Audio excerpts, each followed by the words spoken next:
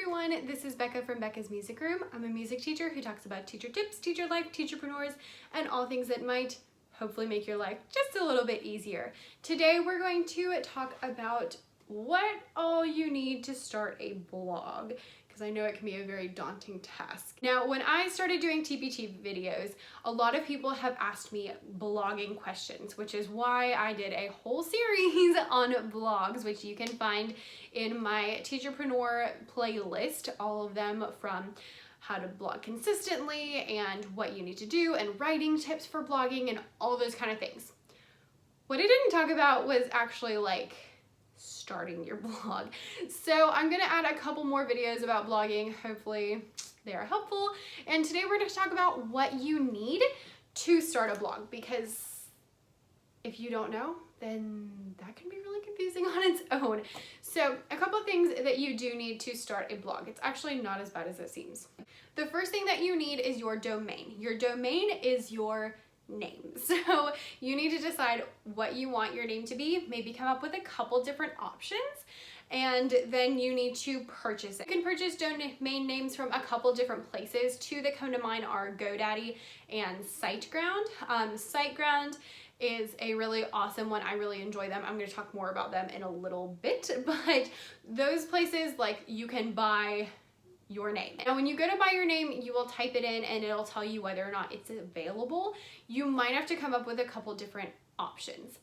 I would suggest that you stick with a .com address and not switch it to like a .me or a .org or whatever, because when people go to type your name in, they're gonna like automatically assume that it's .com, because just most things are .com. So if you have anything else, it's gonna be a little bit confusing. So when you want your domain name, maybe come up with a couple different ideas. I had different ideas. I wasn't originally gonna be Becca's Music Room, but it was the best thing that I had that was available. So that's what we went with, and it's going strong today. So that's the first thing you need, is your domain name. The second thing you need is your hosting platform. So unless you know a lot of stuff about coding and website building, you're gonna wanna be hosted by someone. There's two main people who do the hosting. One is called Bluehost and the other is called SiteGround. I did a lot of research when I first started my blog, but it's been almost like 2 years, so I don't quite remember. But I couldn't find much of a difference, honestly, between Bluehost and SiteGround. Both of them have one-click WordPress installation, and WordPress is what 90% of the bloggers used. I would really highly recommend that you use WordPress because it's just really easy to use, and that is like what I actually use to build my website. So like I go into the WordPress website and I can click add a page or add a post. I can add things. It is very user friendly for people who know nothing about coding like me. I've never had any huge issues with it, and there's tons of tutorials online about how to work WordPress, so I would highly recommend it. Both Bluehost and SiteGround have WordPress. I ended up going with SiteGround just from the research I did. I just thought that would be a little bit better, and I will say that I really like it. I've had very few problems. It might have had, there's been a couple updates. I think in the 2 years I've had my website, it's been down maybe once, and it was only for a few minutes. It wasn't very long. So I've not had any problems with like crashing. I haven't had any problems with like losing things. Everything always seems to be going really well. I will also say, when I first started, I had some questions that I just had no idea what I was doing. And SiteGround is really good at customer service. They actually pride themselves in customer service, which I did not know at the time, but I was still amazed by how awesome they were. They had like a little IM chat thing so that I could talk to someone, and they like sent me screenshots to like show me how to do things, and it was so helpful. So I really highly recommend SiteGround. I can't recommend Bluehost because I don't know Bluehost. I'm sure that they're fine. If you are interested in SiteGround, you can click the link below. If you do that and then you either get your domain name or your hosting from them, then you pay the same, but I get a teensy tiny commission, which is extra super awesome just for sending you that way.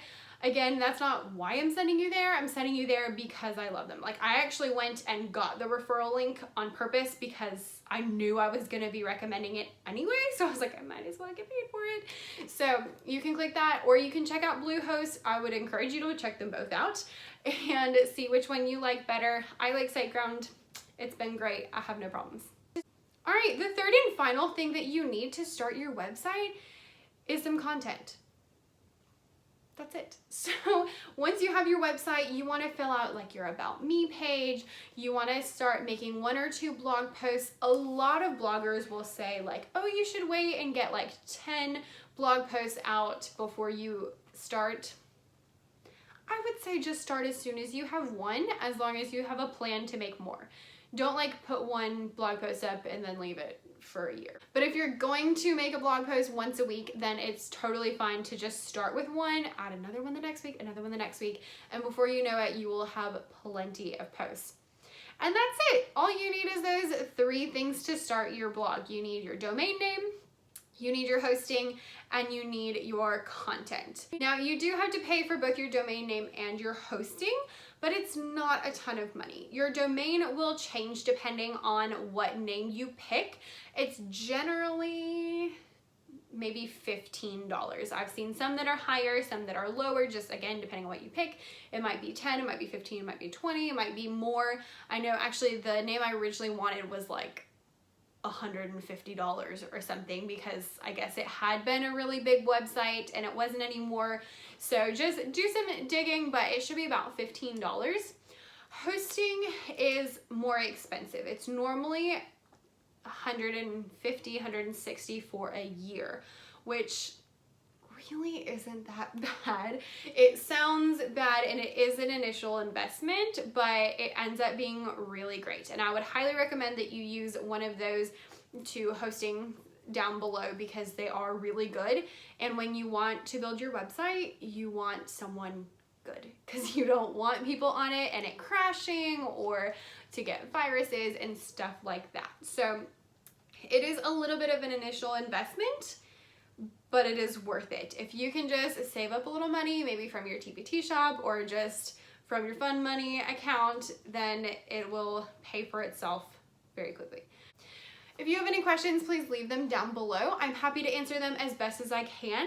If I don't know the answer, then I will go look it up for you. I have done that on many occasions, actually. People have been like, how do you do this? And I was like, I don't know. So I Googled it and I found the answer and gave it to them. So if you've got any questions, leave them down below. If you found this video interesting, please make sure you like, subscribe, and share, and have a wonderful, wonderful week.